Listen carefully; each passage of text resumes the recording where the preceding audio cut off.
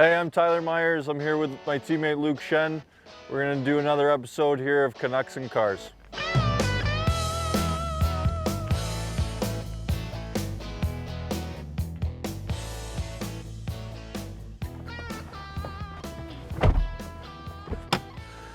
Should we just race off? Let's go grab some lunch. I had to move the seat back a foot. The GoPro's not going to get me. He's gonna zoom in on your sweater. Canucks blue at least. We're live. Oh.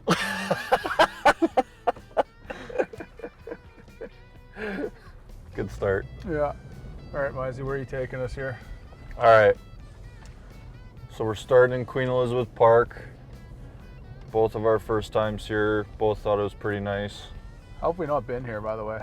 And we're heading to Trout Lake, which I have also never been. No relation to Shoot Lake in Kelowna, right? From when our time in playing there. You swung up to Shoot Lake in Kelowna, right? Yeah, that was our spot. I know you decent enough. Mizey and I lived together when he first got called up to the Kelowna Rockets at the tender age of, were you 14 or 15? I had just turned 16.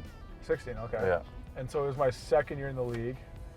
Mizey was playing in Wilcox, Saskatchewan for the Notre Dame Hounds. Back Beautiful in Luke place. territory. Yeah, beautiful place. Anyone who's never been, highly recommend you get to Wilcox as soon as you can. But anyways, Mizey got called up to the Kelowna Rockets where he was drafted there. I was there for a year. And you got called up for what? Last Couple months in the season, and they needed him a place to live. And we had an open room at my billet's house, and Mizey took up that bed. Ingy and Barry. Ingy and Barry, shout out to Ingy and Barry Davidson. Yeah. In Kelowna, but that's where we first met each other. And you weren't the most talkative guy. No, I was definitely more shy back then.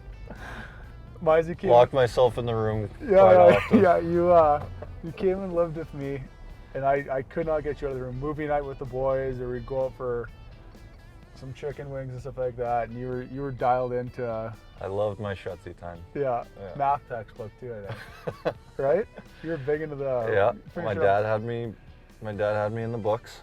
Yeah, but anyways, that was the first time we met. But I don't really know actually too much about. How did you get started playing hockey? You grew up in Texas. That's kind of a rare thing. Did your dad play? My dad got me into it. He took me to a Paul Myers, for anyone who doesn't know. Yep. Paulie. He took me to a Houston Aeros game. Fell in love with it right away. Was that the minor league team of Minnesota at the time? You know what? It was the IHL at the time. Oh, okay. But I think those were the minor teams. So he took you to that game? Yeah, fell in love with it right away, and the next morning we were buying me equipment in the local Rinks Pro Shop. And how old were you then?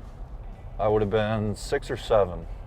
So still got a fairly decent start on it. Yeah. Not like a lot of probably Canadian kids where they're at it 4 or 5 years old. No, I was skating when I was younger too. Right. My grandpa would hose down his backyard. He'd Jimmy rig a little backyard rink for me. Oh, the old Jimmy rig. Yeah. Talk to me about your bro, Quentin Grimes. How old is he? And for those of you who don't know, well, I'll let Tyler tell the story, but he is currently an NBA player for the New York Knicks, which is the only brother combo in the history of pro sports to play in separate sports professionally. Is that correct? Like NBA? I think NHL? that's right, yeah. Definitely the first NHL NBA.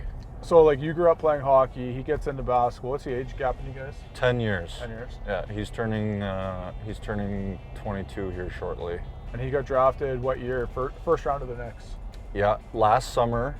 And it was kind of funny. I didn't really know how the NBA draft worked. Right. So when his name was called, the Clippers actually drafted him on stage, but it was New York's pick. So oh, really? I was texting my mom. Were you at the draft? No, we were watching it at A home. little draft party? Yeah.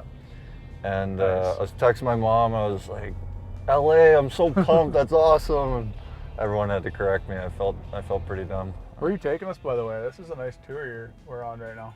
Yeah, this is kind of part of the city Nice I little don't usually come to. Yeah, nice little residential neighborhood here. What part of the city is this? We kind of seem to be hitting every traffic light going right now. Kensington, maybe.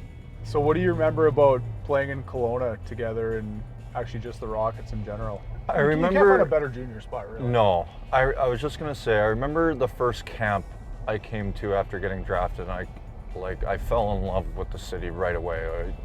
I couldn't believe I was drafted to this place. It was. Like, as soon as you get drafted, you're like, okay, just by being drafted here, I might have a chance. You know what I noticed, and I noticed it more after I left Kelowna. They ran the organization very similar to the way an NHL team would. Oh, I agree. think that's why the guys transition so well. Similar schedule, and it's the day to day was very similar. I noticed, and so the transition for me to Buffalo was, it made it that much easier. I'm sure you felt the same with Toronto. Well, they make you grow up in a hurry there. I feel like it's like you come in as a boy and they make you turn into a man right away. For sure. And things are run on a tight ship there with Bruce Hamilton who's the owner and GM there. And then obviously we're both in Kelowna in the off season. We both got drafted, played with the Rockets, never left. We're smart, not going anywhere else besides Kelowna in the off season. I think I knew I wanted to be there after my first year playing there in junior. I told the same thing to my parents. I showed up there at rookie camp and I said, okay, goal is to make the NHL and I want to buy a place here in the summer. And well, there you go. Have a good goal. That's a good goal. So better get to work. Somehow our careers have come full circle. I started in Toronto. You started in Buffalo. I make a bunch of pit stops along the way to end up in Vancouver. You make one in Winnipeg to end up here. And here we are back together. What's your thoughts on it coming full circle? I would have never thought. I don't know about you. Yeah, I mean, you don't really think about it when it's going on, but the fact that we started, what was it, 2006 together? Is that long ago? That's weird. That's weird to say. Yourselves, yeah. That's crazy. 2006. What was that, 16 years ago? Yeah.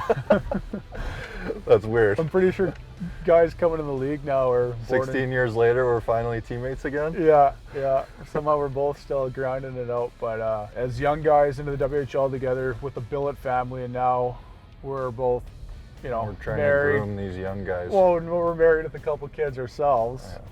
Fatherhood's a little different in the NHL versus just being a young guy coming home and getting to lay on the couch all afternoon and going out for dinners and thinking about the next hockey game.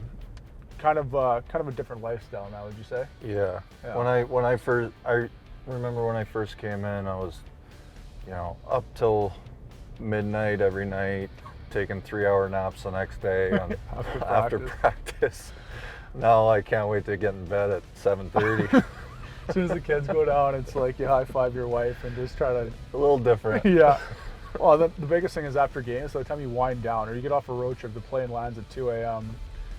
You get home to your house at 2:30 and you're like, okay, my kids are going to want to come see me at 7 a.m. here because I've been on the road for a week and a half, and you can't really just sleep in and ignore your kids. So No. The NHL, it's you try to get your rest when you can, but it's. We make the joke of someone saying enjoy your day off, and we make the joke of, you mean my day on? Day on with the kids, exactly. Did we make it here? We made it to Trout Lake. We made it to Trout Lake. Easy as pie. All right. I think I'm going to be taking over here soon. This driving, that was pretty solid. Let's see what I can do next year. Nice. All right.